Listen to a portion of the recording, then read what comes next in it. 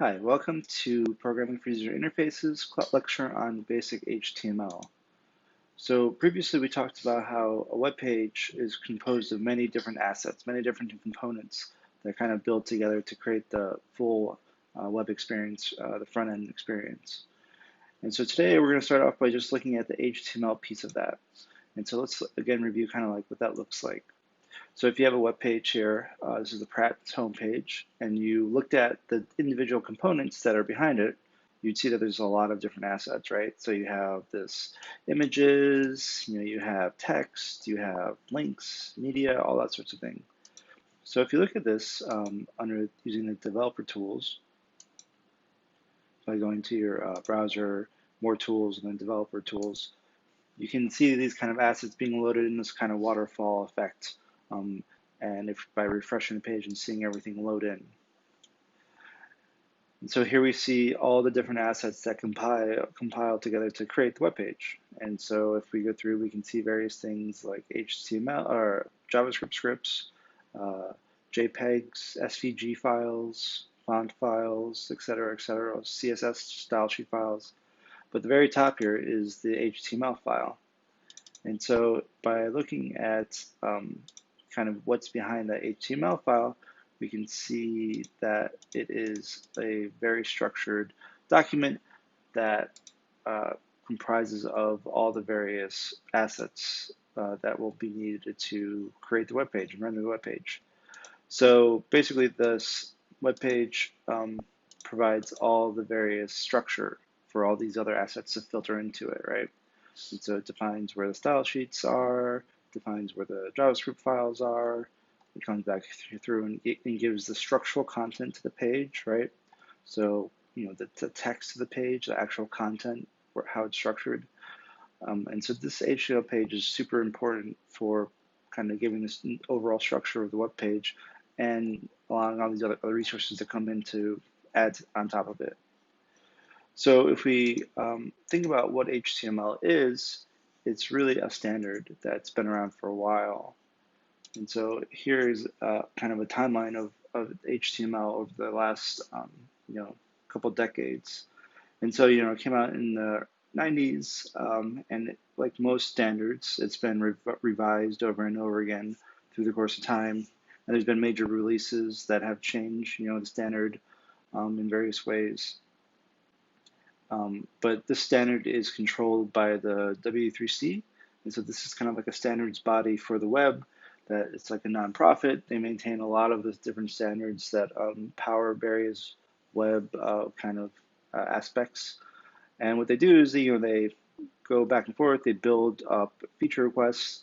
They develop a standard, and the goal is to kind of expand HTML as just one piece of the web that helps kind of move it forward.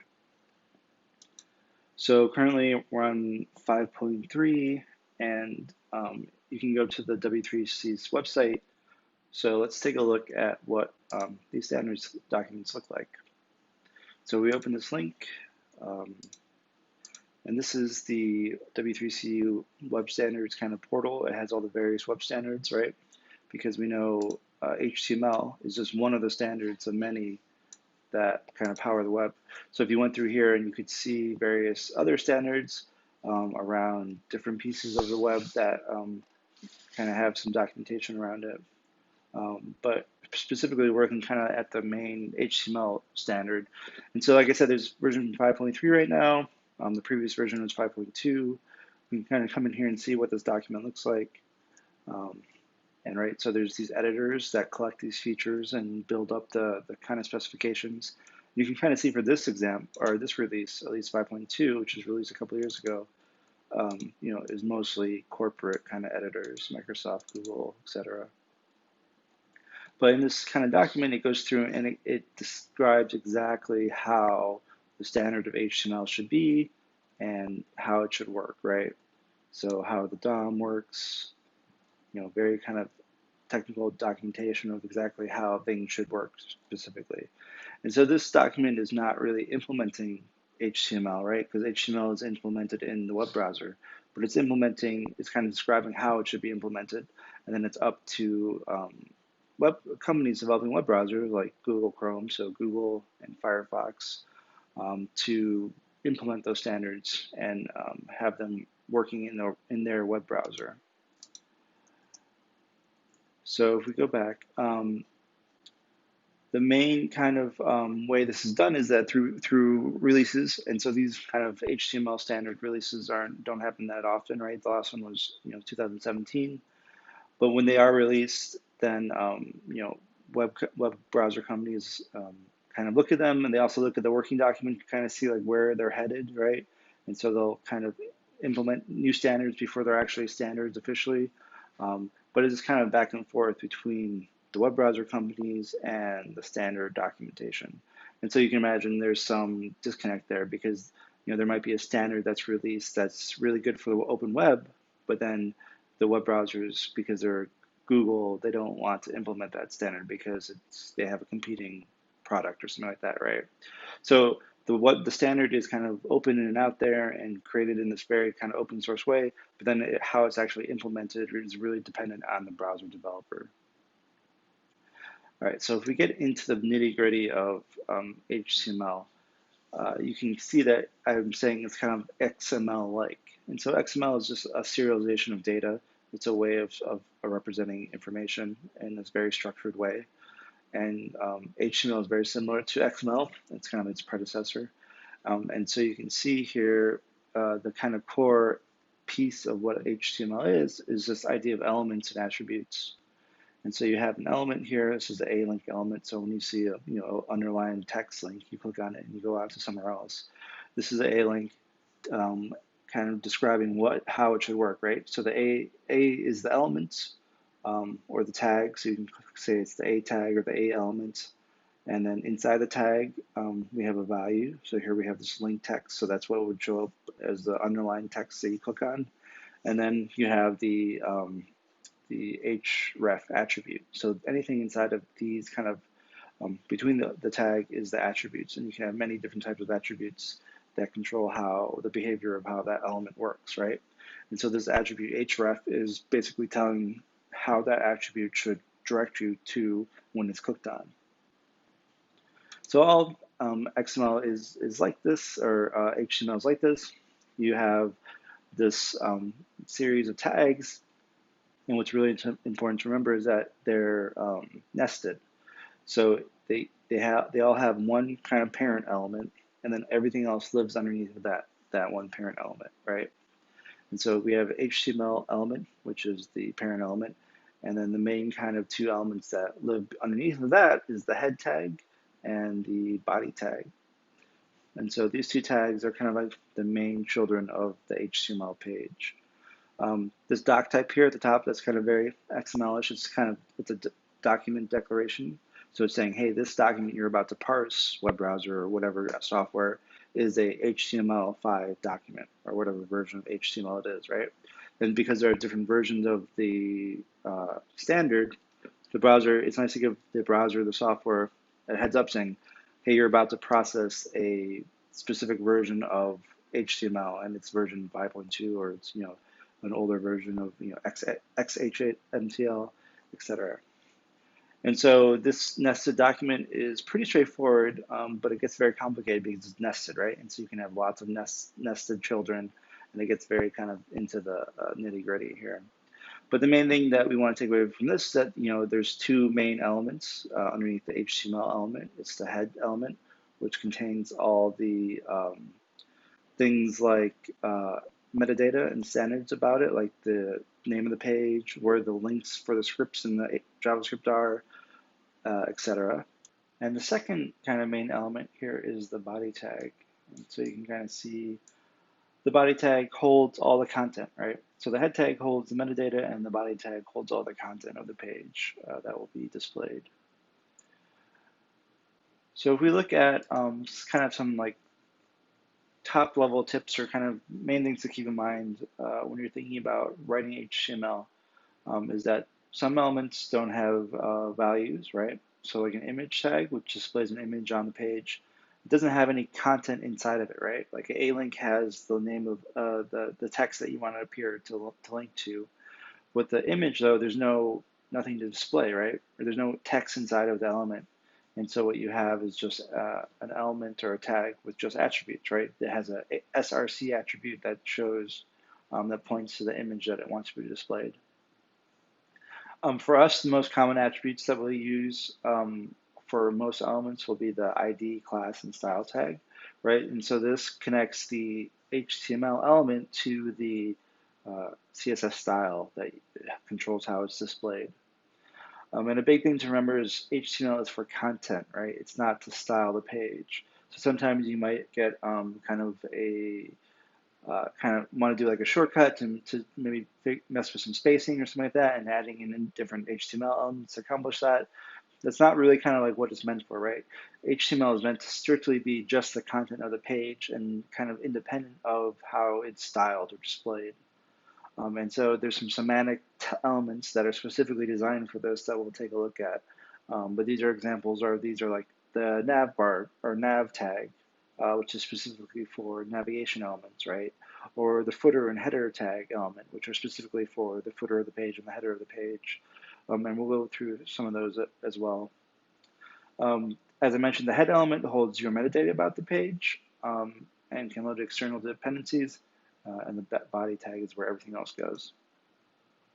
So let's go through. We're not going to look at every single HTML tag, but we're going to go through this Mozilla Developers Network page that lists all the HTML elements that are currently available. And we're just going to kind of look at the high-level groupings of them and just to get an understanding of what kind of elements are available for us to use. So let's go through here and look at some of the main or some of the elements available to us on the Mozilla Developer page. And so this page, of course, groups them into different categories, and we're just going to kind of go through and look at each category and some of the elements in there. So as we discussed, the main elements for every web page is the HTML element, right? The main kind of parent of everything that fits underneath of it. You have these document metadata-based pages, so the head element, and then things like title go in there, right? The name of the web page, any sort of metadata page, and then these links out to other resources like the CSS styles and stuff like that. Sectioning a root here, so we have the body page, right, where all the content goes, so you'll have the body tag. And then we get into these, like what we were talking about, semantic kind of elements. And so when I say semantic, it means like these are elements that reflect the content that they contain, right? And so there's actually a address element that is designed for providing contact information. There's articles, so you can kind of think about how your web page is going to be structured. And there might be many articles within the body, right, or within the section. Here's like the footer, we talked about that, the header element, so things that go into the bottom of the page you would put into the footer element. Different levels of headings, right? So the font size is usually increased with a smaller heading. Different types of other elements around sectioning the content, right? So here's a navigational element where you put the nav bar, for example, or the section element where you divide your web page up into different sections. And so these semantic elements are really here to kind of dissuade you from using the div element for everything, which is kind of like a easy habit to fall into, is that everything is a div element. And if you think about how a computer might see that when it's looking at this structure and everything's a div element, it's very hard to tell apart, like what is this different pieces of the page. And that's important for things like SEO and search engine, stuff like that. So these semantic elements are very kind of nice to use. That gives the kind of computer a little heads up about, in this piece of the HTML document is one of the sections, one of the main sections, or it's the main element of the content, etc. Right? Of course, there's different types of textual content you can have, quotes, figures, horizontal rules, lists of things, unordered lists, ordered lists, different types of text. Of course, inside of those blocks of text, you can have inline markup. So, this is an A link, right? This goes out to a different link. This is a citation. This is a code. This is all sorts of different types of markups that you can put inside of your paragraph text or whatever to kind of give emphasis to certain pieces of sentences or certain particular words in there. you get into images and multimedia, right? So we talked about the image tag, but you can have audio, you can have video, you can have all sorts of multimedia elements. Embedded content. This is when you'd want to embed, say, a secondary website in your web page by using something like an iframe or embed tag. And this is just basically a way of importing content into your page that's not necessarily, originally from your page. Um, Scripting stuff, right? So if you're going to be using JavaScript, you would have to have all your JavaScript within a certain JavaScript tag or script tag. No script allows you to say, if they don't have JavaScript enabled, display this stuff. And then Canvas is a element that controls graphical stuff that you can do with JavaScript. And we'll talk more about that later in further lectures. Tables, right? So you have tabular data. You can have various tables, layouts of data, which is good because it treats the data like a kind of like a spreadsheet, and things are lined up and stuff like that. Forms. So whenever you think about an interactive website or how there's some sort of dynamicism or interaction with the website, that's usually facilitated through input elements. And so these are forms. You have your button, so buttons you click. Input elements are things like text fields, drop-down boxes, radio buttons, check boxes.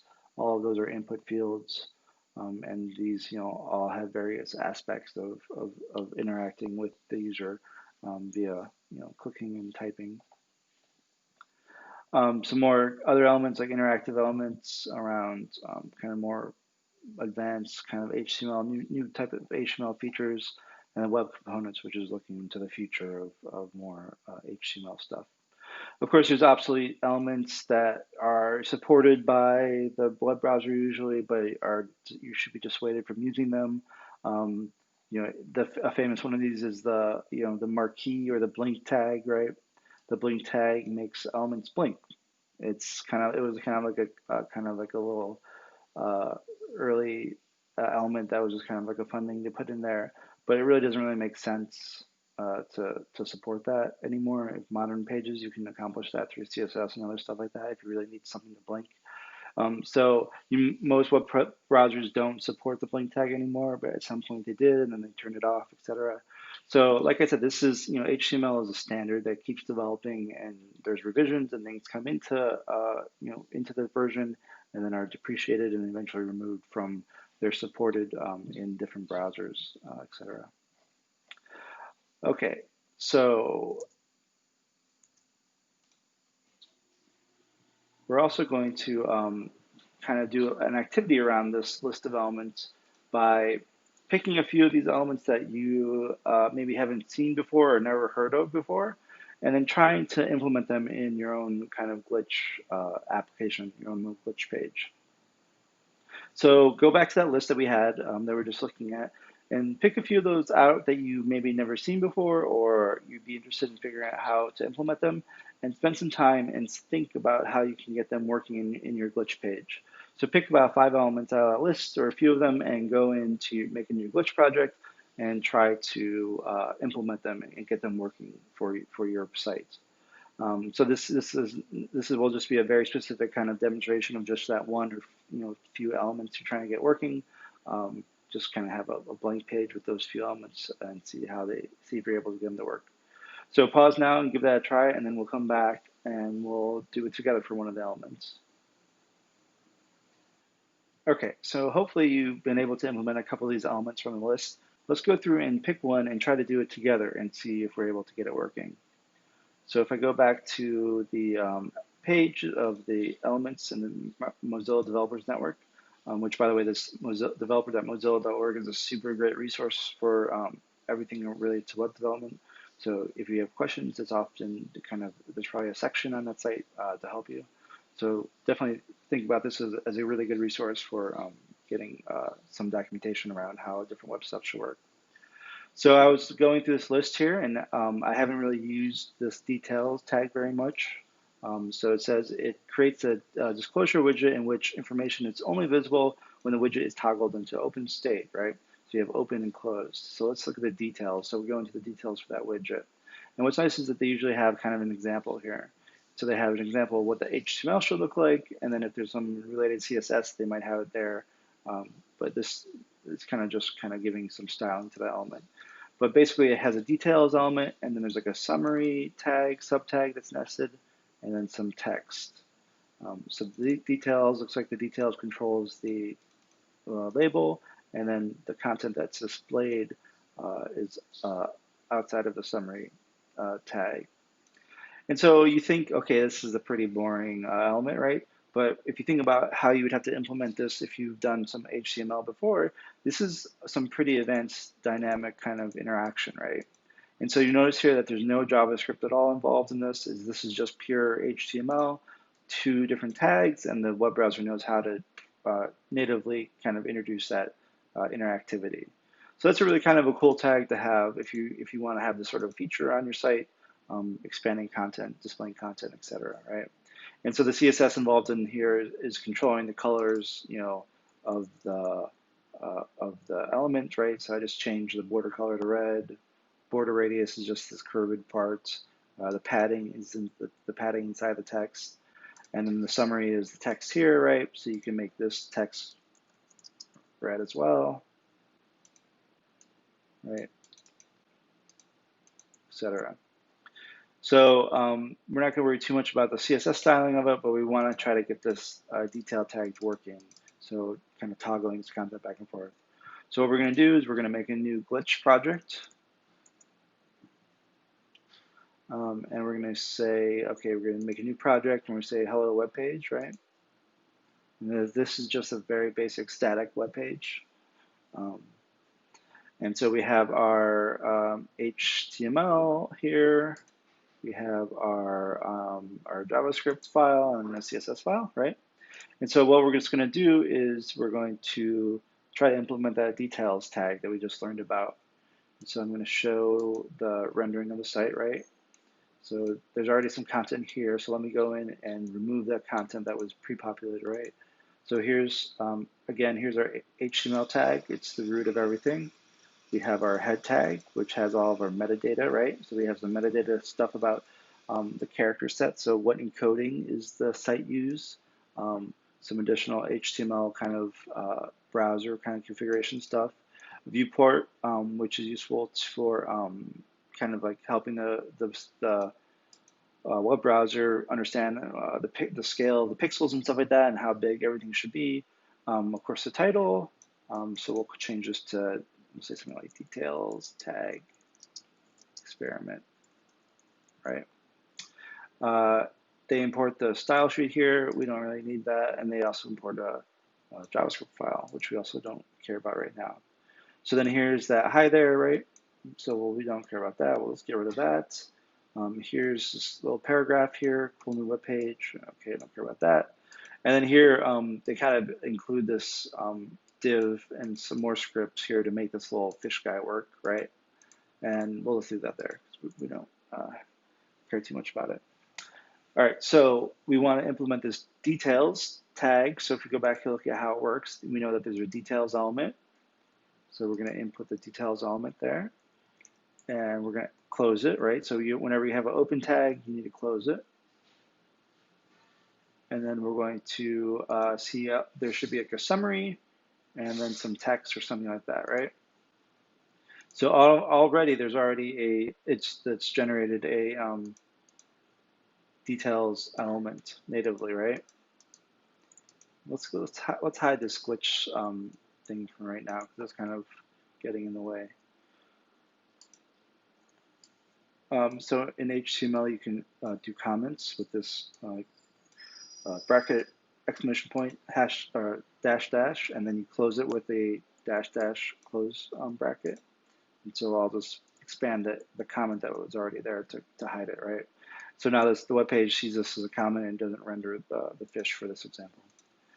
All right, so we know that it's working, right? Because it's generated this element here without us having to do anything additional. So we know if we want to add a title there, we have to put it in the details tag. And we'll say, okay, we'll say this is a toggle element or something like that. We'll say toggle me, right? And then we know that if we want to have any content that appears here, you need to put it here, right? So just have some text here, so we can put some text here, and it appears when you toggle it. Let's see if some other elements work. Let's see if we can put that H1 back in here. And so there should be a H1 in here, and then you toggle it, it's there, right? So you could probably put all sorts of content into this nested in here. And you definitely look at the documentation to see what they recommend you nest and don't nest, right? But this would be very useful to have different sections on a page that you want to kind of toggle open and close, depending on what people want to see, etc. Right? And so this is an example of a fairly new element that's added, right? In doing this, we already used two other elements. We used the summary element and this H1 elements.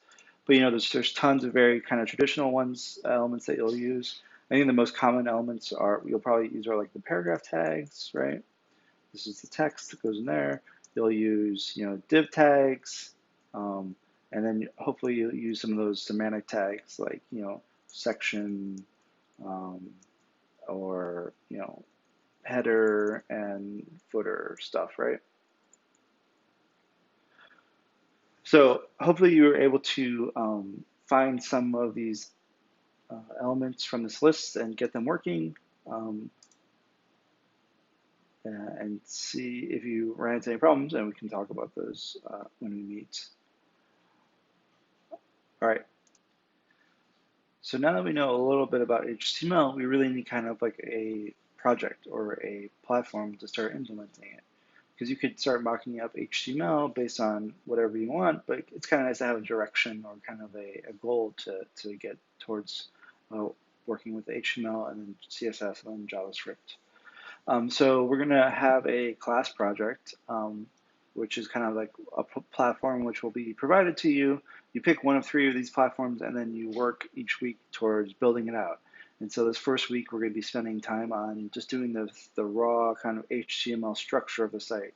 And then we'll move on to doing the CSS and then the JavaScript. So these three projects that you can pick are kind of three little databases and sites that I've kind of started off for you. The first option is the New York Times bestseller portal. And so New York Times has a list of best-selling books that they update every week. And so what I did is I scraped a lot of that data and I put it into a little database, and you have access to all these books, thousands of books, and kind of like a search feature and a book page, landing page, etc. So if you imagine what a New York Times bestselling book portal would look like, that's one of the options. The other options is very similar to the NY Times Books site, but it's for movies. So it's basically a database of IMDb data movies. So Internet Movie Database information, things like genre, ratings, actors, directors, etc. Everything you imagine. So you basically be building kind of like a little IMDb portal for a subset of movies. And then the final one is a kind of a cultural heritage institution database. So this is a database of many different types of cultural heritage institutions like museums and other sorts of sites that will be kind of compiled into one portal that you can search and browse and navigate.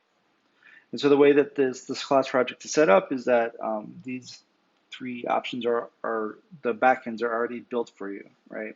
And so a big portion of doing web development is doing the backend stuff and then having the front end stuff, right? So in our class, we're focusing on the front end materials, so the front end site, the client side things. And so we don't want to spend a lot of time building this backend, so I have built this backend for you already. So let's go through each one of these again. So the New York Times bestseller option is basically, it's a 2,000 books from the New York Times bestseller, and these have various pieces of data on them. For the New York Times site, you'd have a number of pages, right? You'd have a landing and home page, right? So this might be where you'd see like 3 random books or something like that. You'd have a search result page, right? So if someone's searching for a specific book or looking for some certain genre or subject, they could find them. And then a landing page for each book, right? So each of those 2,000 books would have a custom or a landing page telling the information about them. So as I mentioned, the backend's already built for you, the data's already there, and you're just kind of building the front end pages to it. But for each book, we have things like title, description, creator, ISBN, OCLC, which is library number, rank, number of weeks it was on the list, subjects, publishers, cover image, right? So you can display images and review links. So that is going to be located at this pui-nyt.glitch.me, right? And so this is kind of a site starter. The backend is ready to go for you. Just spin up here. And so if you chose to pick this New York Times one, it's kind of started off for you. So you have some of the data already populated, right? So this is the home page landing. And if you went to a book page, it would look like this, right? And so this is it's just the raw data there. There's no kind of markup or CSS really. It's just listing the data fields available to you. So if you were going to pick this project, you would come in here and remix this glitch and then start building your own site. The next option is going to be the IMDb database. And so this is it's a small database because IMDb is huge, right? But this is about 5,000 movies taken from there. This similar kind of pages as the New York Times site. So there's like a home page, there's a search page, and there's a movie page, right? So each movie has its own information displayed. And then there's some other kind of API endpoints if you wanted to do some more like kind of JavaScript asynchronous things later on. This might be a good option for you. So you can kind of search and have a more dynamic search page. And so if you were going to pick this one, you would open up this link and remix it and start building there. And then this last one option is basically a smaller database of about 1,600 museums. And so same idea where there's like a home page, a search page, and a page for each museum. And it has a little bit more JSON endpoints, API endpoints. If you want to do some more JavaScript stuff later, this is also a good one for you. Also, this is kind of, as opposed to the other two, this is geographically oriented, right? Because these museums have geospatial coordinates. And so if you want to do stuff with maps, this would be a good option. In a few weeks when we start getting into things like JavaScript frameworks and libraries like Leaflet and stuff like that. If you wanted to play around with mapping stuff, this would be a good option for you. And so then that has a glitch link as well. And so what basically you're going to do for this week is pick one of these three things, and you're going to kind of strategize and idealize about some ideas that you could imagine what a New York Times bestseller site would look like, right? So the first thing you have to do is pick which one you want to do, which one is more interesting to you. And so maybe none of these are that interesting to you, but you have to pick one of them as kind of like the first project that we're going to work on in this class. And so this project will probably last, the first 6 weeks or so. First, we're going to work on the HTML, building out the HTML. Then we're going to work on building out the CSS and then the JavaScript, but all for the same site, right? So you're going to take basically a site like this New York Times site that's basically empty, right? There's nothing here except this raw data. And this first week, you're going to think about what the HTML should look like. Then the next week or next 2 weeks, we're going to think about what the CSS should look like, and layout and formatting, stuff like that. And then we're going to add in more dynamism to it with doing JavaScript and stuff like that. So the first for this challenge this week is you need to pick a site you want to do, which project, so the New York Times, the IMDb, or the museum site. And then for this week only, we're only focusing on the HTML, right? So you're going to think about seeing what data is available here, and then you're going to think about what that HTML structure should look like in your code, right? And so, for example, so this is the home page. So if I'm going to be working on this New York Times project, I'm going to remix this project, right, into my own account. And so what you want to do this week is think about structure, right? What should the HTML look like itself? And so if you come in here, you'll see that there are a couple different views for the site.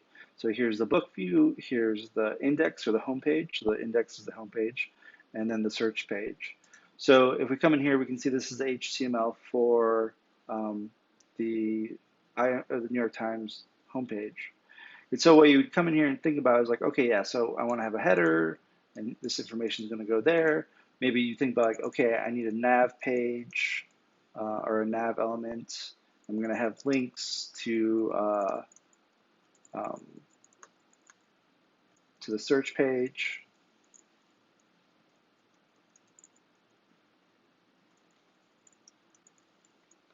You might come back in here and think about how these various pieces of data should be structured. And we'll talk more about this kind of weird notation here next week. But you come in here and think about, okay, so I would like to have like maybe a 3 random images from the a couple of the books that from that week or something like that. So you think about basically what you'd want your New York Times site to look like, and then try to mark up some very rough HTML around that, right? So you might say like, okay, I want to have for this homepage, I'm going to have the main area, and then I'm going to have like 2 sections, right? And maybe the section is going to be about, um, random books or something like that. Something like that. You're just going to think about what you would want your kind of project homepage to look like. And then you do the same for the book page and for the search page. And so, if you're coming to the class with some UX experience and some design experience, you might want to do some wireframes first, if that's useful to you. It's not required, but if you're already bringing that kind of experience to the site, you'd imagine, okay, you're going to kind of frame out what you want the homepage to look like, and then you're going to, for this week, only think about, all right, what HTML elements do I need to put in the homepage to support that kind of design, right? And so depending on which project you pick, you're going to think about the homepage, think about what a search page would look like, and think about what an individual page for a book would look like. And then as we learn more, we're going to talk about these various kind of pieces of data and getting data populated and stuff like that. So for just this week, though, think about HTML and how that should look. And that's the challenge for this week. And I will talk to you soon. Thanks. Bye.